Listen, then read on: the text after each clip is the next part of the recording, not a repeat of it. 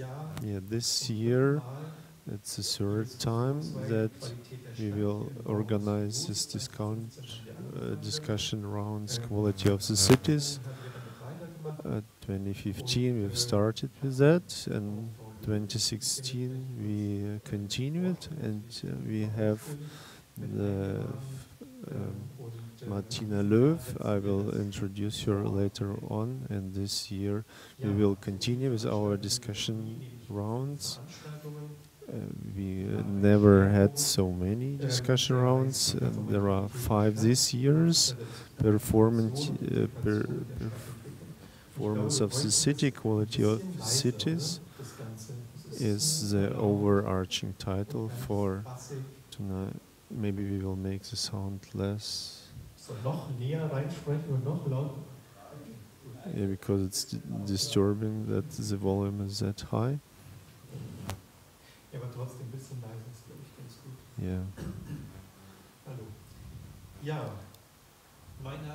Yes, my name is Robert Huber. I'm from Sounds of the Future, and we work together with the Chamber of the Architects of Berlin.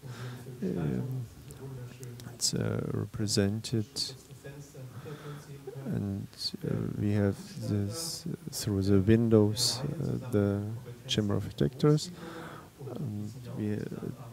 We work together with the Competence Center of Architecture and Technical University of Berlin, represented by Martina Löw, and we have financial support of the German Agency for Citizenship Education, some organizational issues.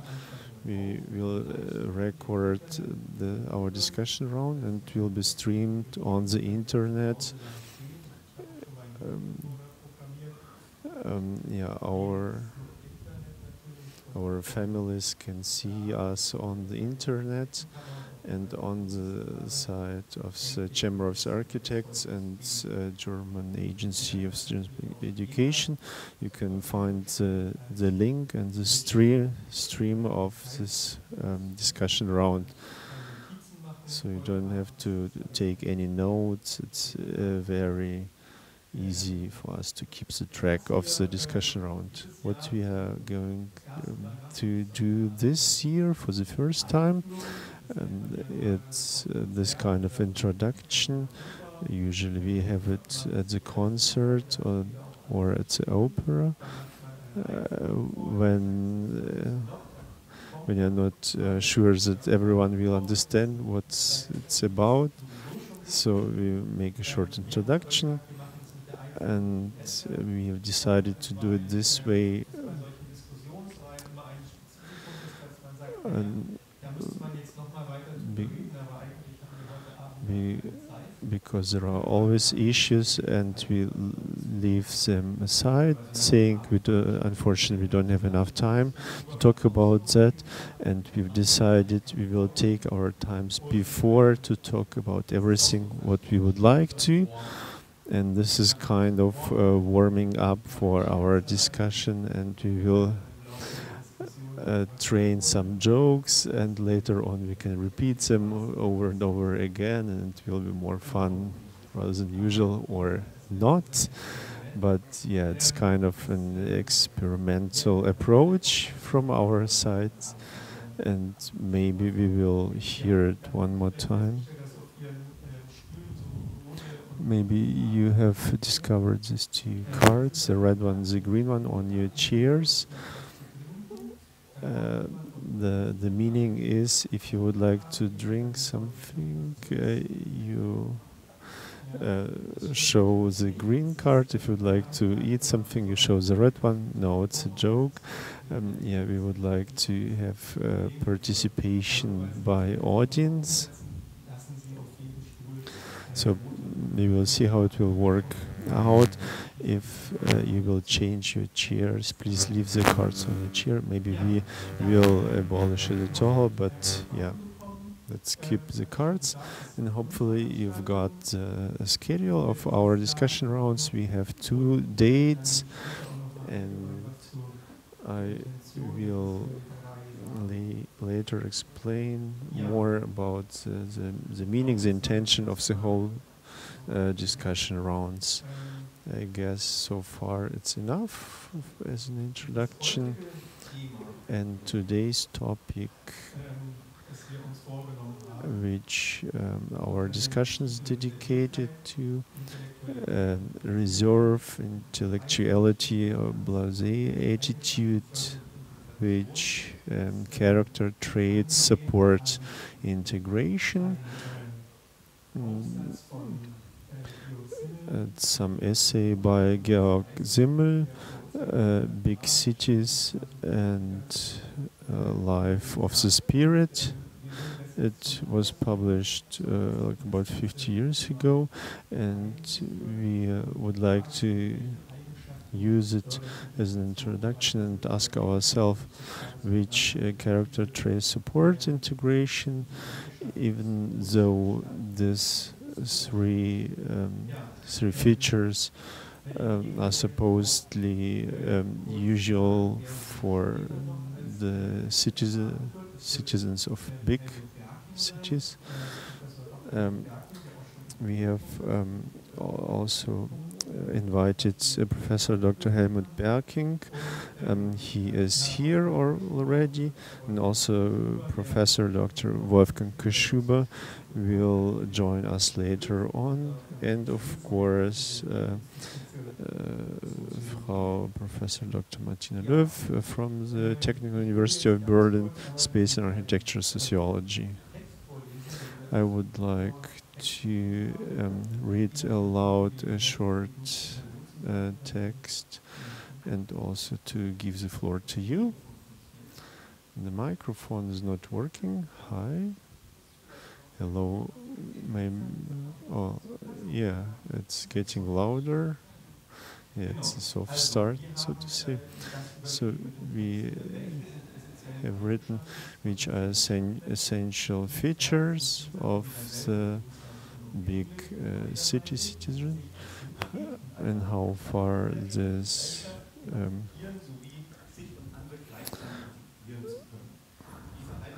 how do these characteristics or conditions compare to Simmel's definition of urban human beings in comparison to today or to future challenges. The discussion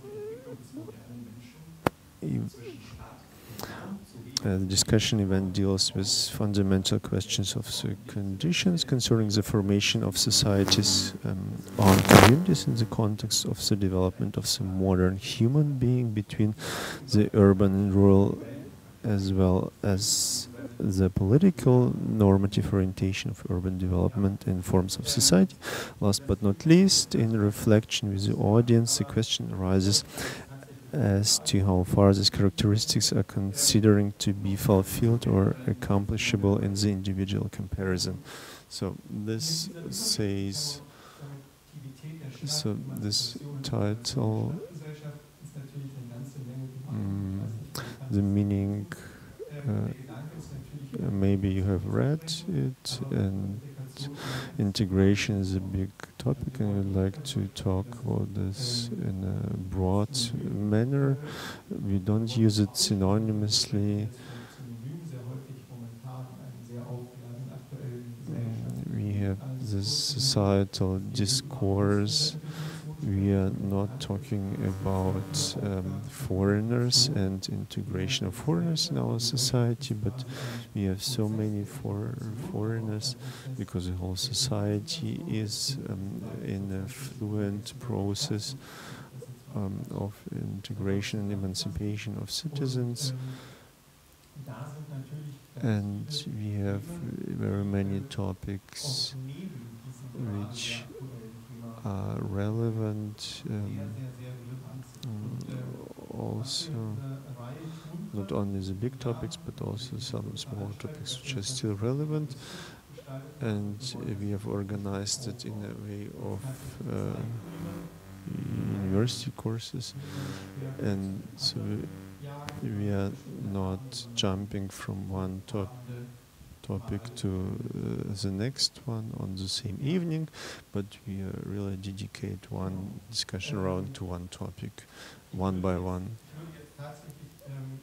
Right now I would like to use a citation right away from this book by Georg Simmel.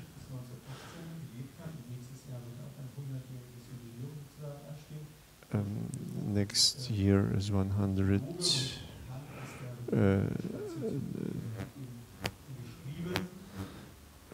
He is a very important sociologist. The deepest problems of modern life is the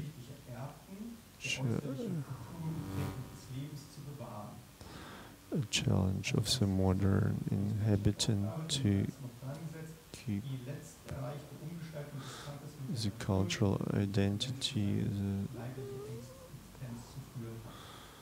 to continue the existence in natural sense, and to keep the cultural identity.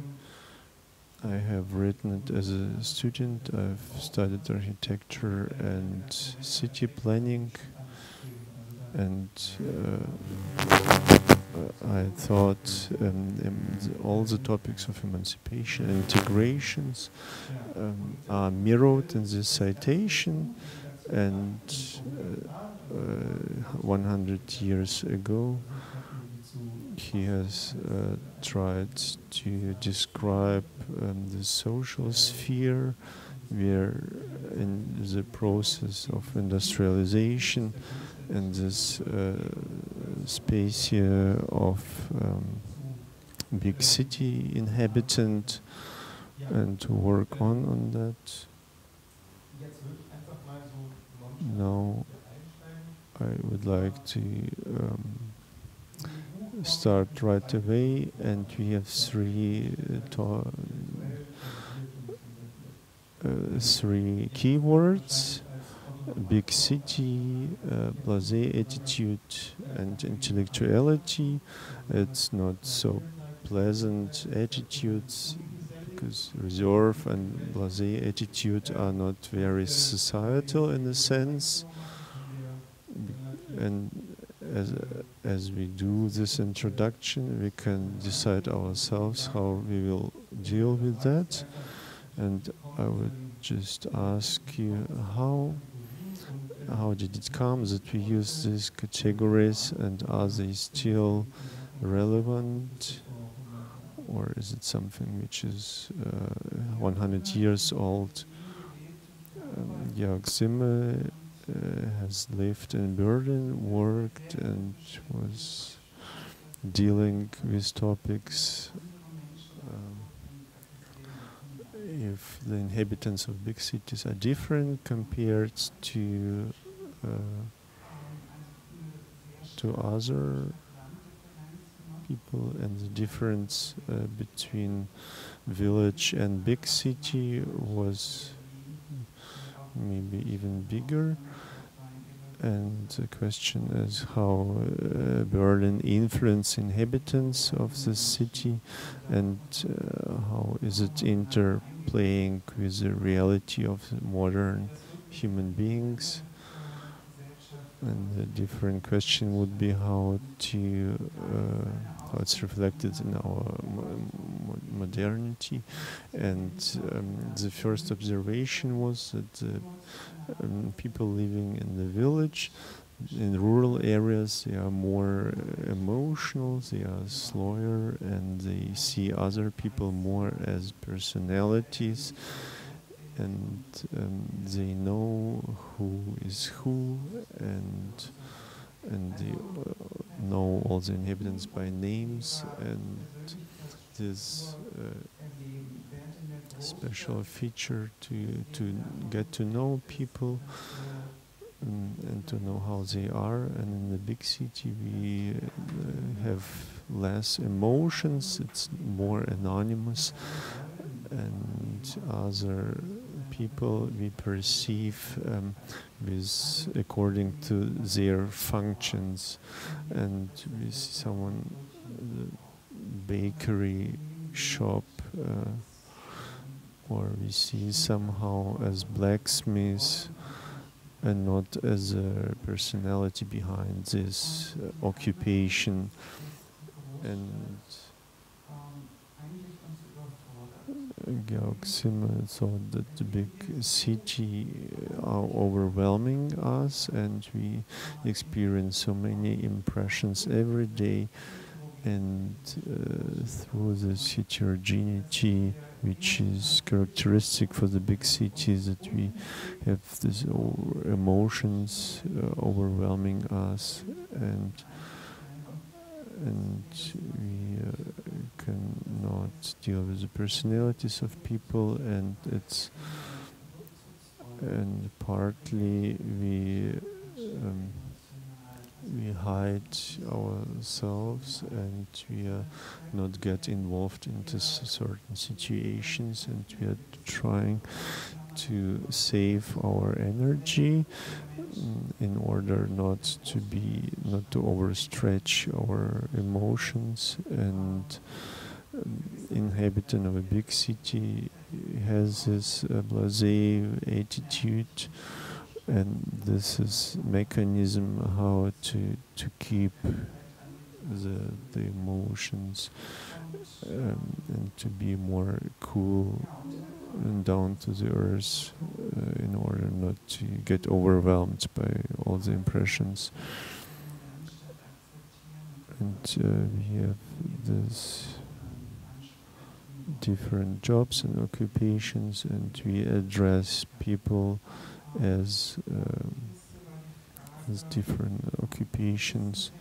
The question is it still relevant 100 years later? And this book is read a lot still, and it's a classical book, and students work with this book, and also scientists at the universities. But we believe now that the difference between rural area and urban areas are getting less, and the life in the big city is not attached only to the big city itself, but this becoming our reality also in the rural areas. Yeah. This would be the assumption, and we've talked to the German Agency of Political Education, and if you think more about that, of course, we have this analysis of elections, for example, and big city inhabitants have a different vote picture, and inhabitants of villages have more conservative attitudes. And if you compare these pictures, we see really a difference. If you will analyze recent elections in Austria, we see in rural areas there's very clear difference. Maybe I'm not expert enough on Austria to explain in proper way, but what we see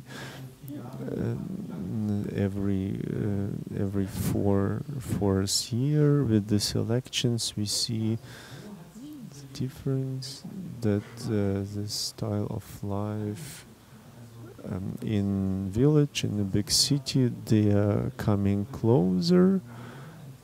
But what is the reason for that? Is it the media world, or is it how the work is organized? That people are commuting more for working reasons. But if we see the elections, still we see this difference is present. And it makes us possible to go back to the past and check again with Georg Simmel that, yeah, we live in 2017, but we have still this huge difference between rural and urban cities. everything is different comparing to this 100 years ago, but still we have this tendency again. How would you explain this? That this difference is getting less. If we have this empirical results, we have this slight difference. We see that the influence of church and religion might be bigger in the rural areas, and it is reflected in the election results. Yeah, it's difficult to say conservative, but yeah, family plays a bigger role in rural areas. At least if you ask people, they say family is a value. For us in cities, it's different, the picture, but yeah, we could say we see some tendencies. They are not very clearly sharp edge difference, but still they are present. And one reason would be the mobility. My mother can remember the day when the first car went through our village. This is so far away, and if I will just step back and have a look, in one small village in Franken, the region where I come from, one generation before, it was so such difficult to get to the next city, the 30 kilometers, because there is a public transport and you don't have any car. Today, everyone is working in the city and live in the village. Yes, the mobility is completely different. The occupational world has been changing, and we have much more work in the cities, and we have these commuters going back and forth between village and cities. And if today we will analyze inhabitant structure in the village, we have also big city inhabitants. If you go to smaller villages around Berlin, Buch, for example, who lives there? Big city inhabitants, because they work and spend so much time in Berlin, or is are villagers. If we go back to Simmel's, the psychology is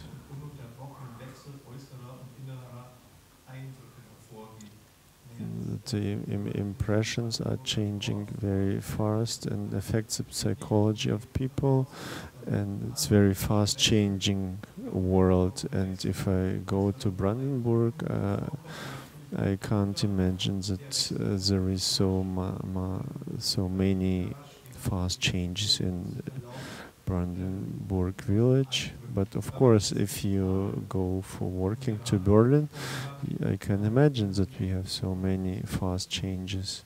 This person experiences fast changes and impressions.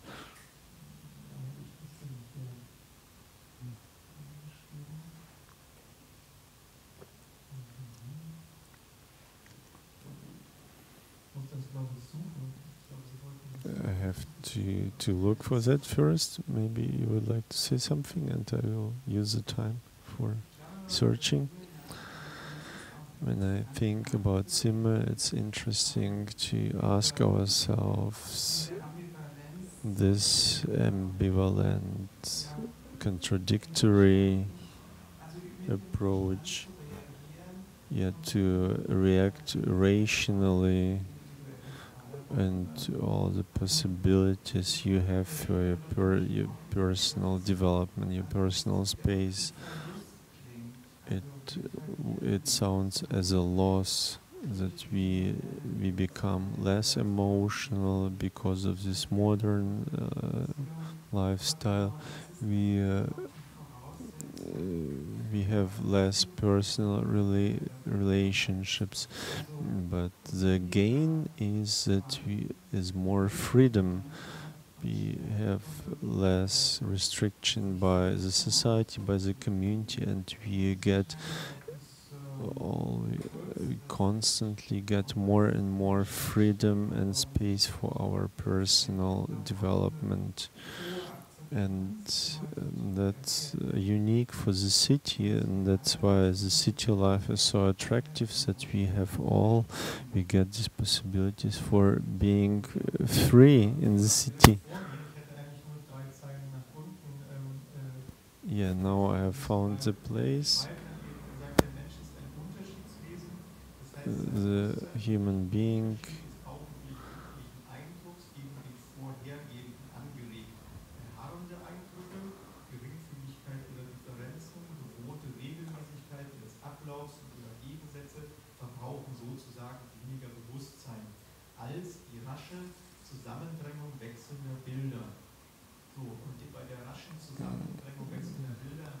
yeah, if we have these pictures, a flow of pictures of media, it's more tiring for our brain.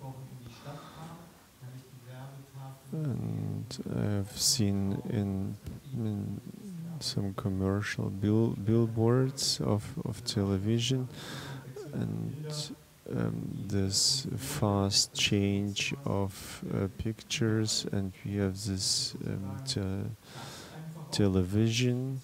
And is it maybe the reason that overwhelming flow of pictures, we have it everywhere? This affects our brain. Yeah, this observation by Simmel is very interesting, that people check the differences, and if it becomes different, it attracts our attention. And if it's true, so we can check also how fast these differences are around us. And when we will watch a movie from 60s, it's so boring, and because now we have very fast cuts in our movies. And there was also analysis that politicians talking 3 times faster than they used to do it 50 years ago. And if we will observe it together with what you have mentioned before, we have this digitalization in the media world, but also in our real life. This is an additional aspect which I believe it's also important to keep in mind. It's not overwhelming, but also a supporting system. Now we are able to deal with complex informations and to digest it. I believe human beings can adjust to the environment, and our kids, they perceive this fast changing pictures. It's more natural for them as older generations. I think we will collect other notions, terms during our evening to describe the character of the big city inhabitant. Maybe I will ask another question.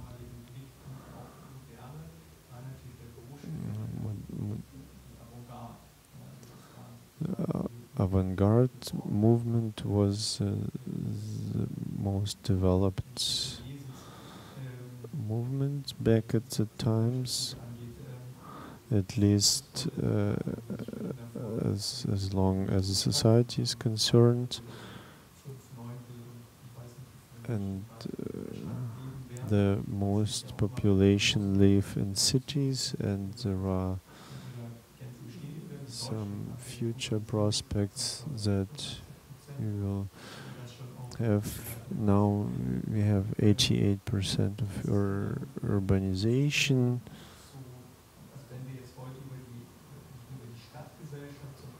and when we are talking about the society in total, not only about big cities, but the whole society is who is the hero of our time, the commuter moving between these two areas. I think it pays out to compare different societies. For example, the National Socialism, during Nazi times, the rural areas was the core, and the big city,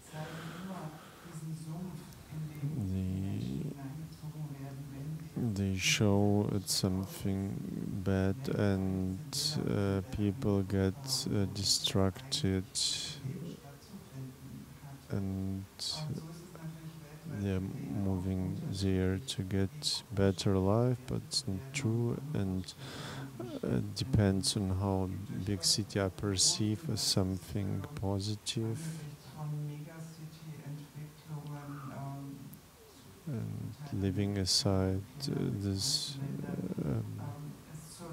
huge cities in Latin America or in Asia, and in Germany it can be a luxury, a small town, not to have 25 millions, but even in Berlin we have just 4 millions, and it can be seen as a luxury. As far as Germany is concerned, we have this clear opinion in the big city. Culture, it's the center of culture, and it's something better, and it is better to live in a big city if you would like to have this hierarchy, which is valued more by the population, and Berlin is still, with all the contradictions, still, if you live in Berlin, it's an achievement of something attractive. Still, or again, we have this very similar opinion on that as by Simmel as well.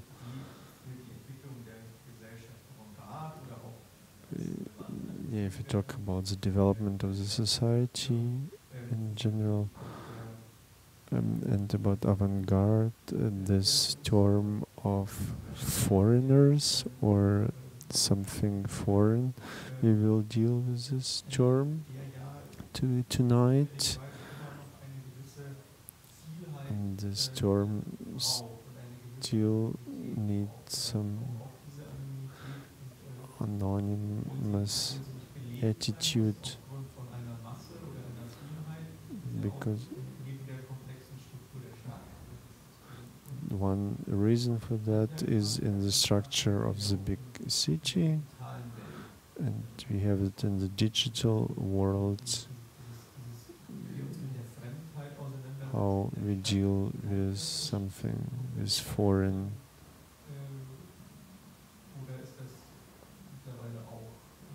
Is it universal, or is it something specific for the big city? For Simmel, the foreigner is someone who comes from outside and stays, but not someone who travels further. And this is provocation. You you stay, but you are still a foreigner. And I wouldn't say that this is specific for the big city still, but we can discuss it later on. I would say the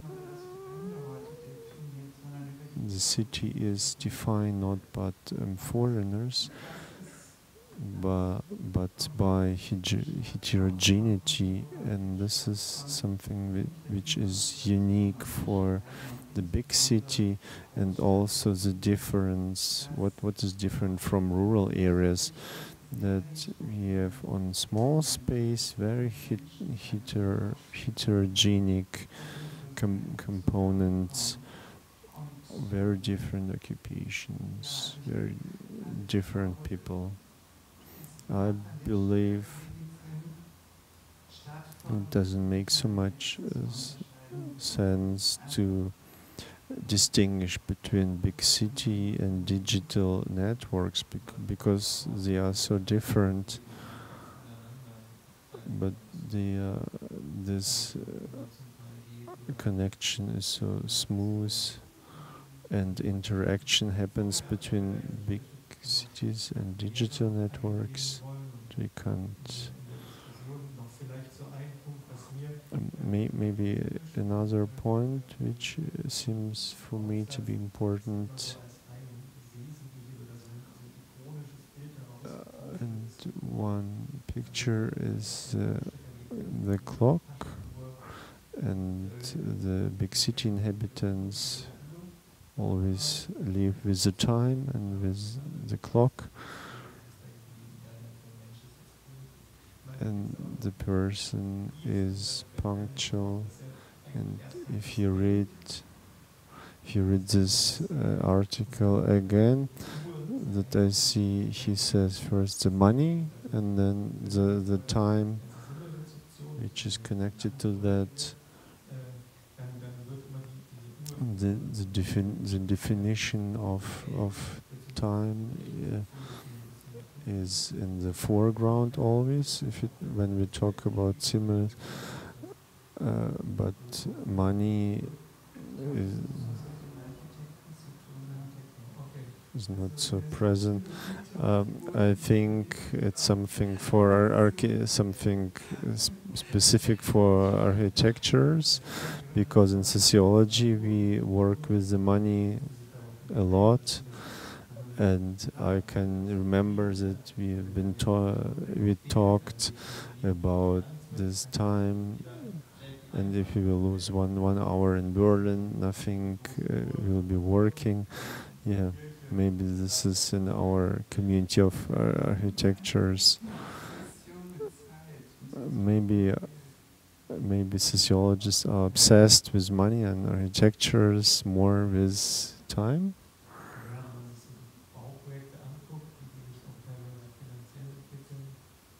Yeah, I mean, costs and money are important for architecture as well. Yeah, honestly, the topic of money is for Simmel's definition very important, and the big city inhabitants think rationally and about money, and relationships are structured in a way which functions we use, and these functions and roles are fitted in the context of capitalism, and the fundamental principle is exchange capital for work, and we have the same in the rural areas. And in big city we always exchange money for products, but in the rural area you have some alternative, like exchanging goods for products as well. And this definition of money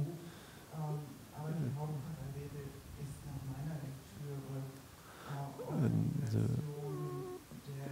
the most important principle is,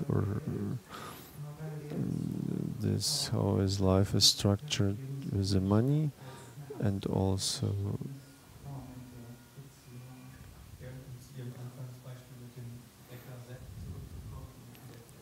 to come back to the first example.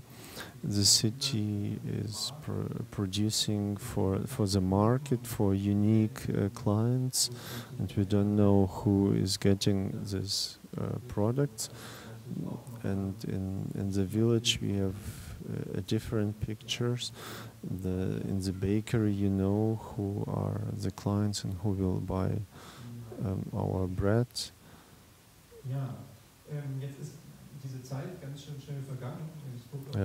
Now I see that our time is nearly over, and our additional idea was to have a short break in between. Maybe we won't be able to do it. About more about this book and the background, we've decided to make some advice for you, to present some interesting books, contemporary and historic books, also in the internet some sources. Would you like to make a short advice or some recommendations for you? You have sent me some ideas, some suggestions. Durkheim and Tönnies as famous authors who have worked with Simmel as well. What we could recommend for interested